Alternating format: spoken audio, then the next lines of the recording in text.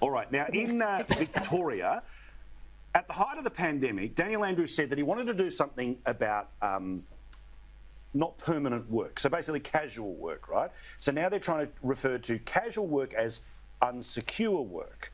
You know, a little bit like when they just changed these terms. Well, he, in the height of his 400 briefings in a row, thanks for keeping us safe, despite actually causing the second wave. Anyway, he wanted to do something about insecure work.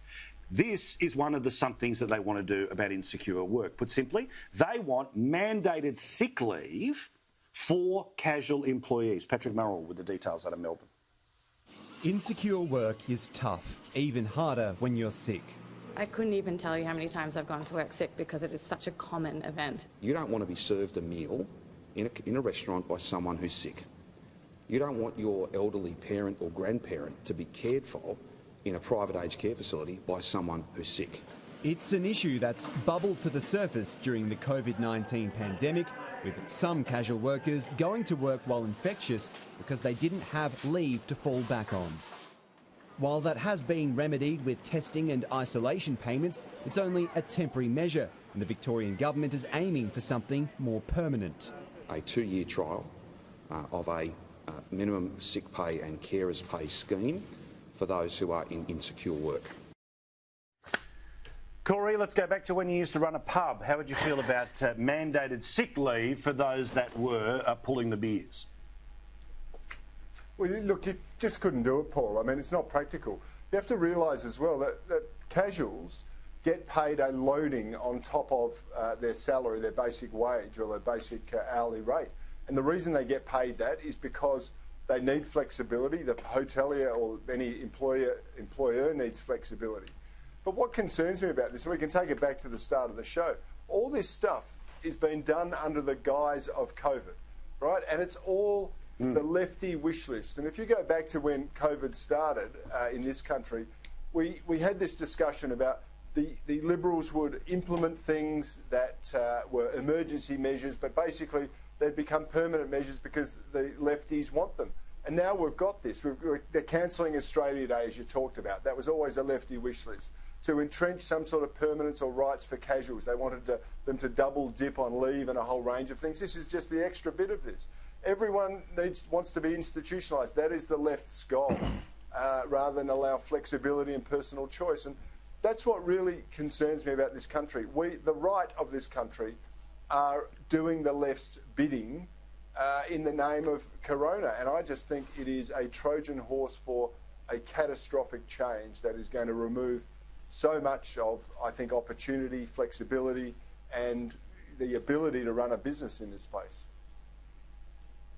Here's what the Liberal leader said in Victoria today. Tell us how much it's going to cost us in jobs. As Louise pointed out, we are already the highest tax state in the country. How many more taxes can small business bear in this state? We want to get people back to work, not make it harder for them.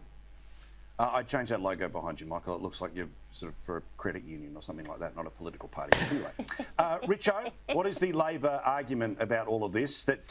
Look, we get it, right? I understand what the term means about insecure work, but as Cory says, if you worked 40 hours, you would end up getting paid more than the person who was the full-time worker. Indeed. Look, I might say, by the way, I just watched that clip. You can see why Daniel Andrews keeps winning, can't you? It's pretty obvious. When you've got naught to beat, you keep winning.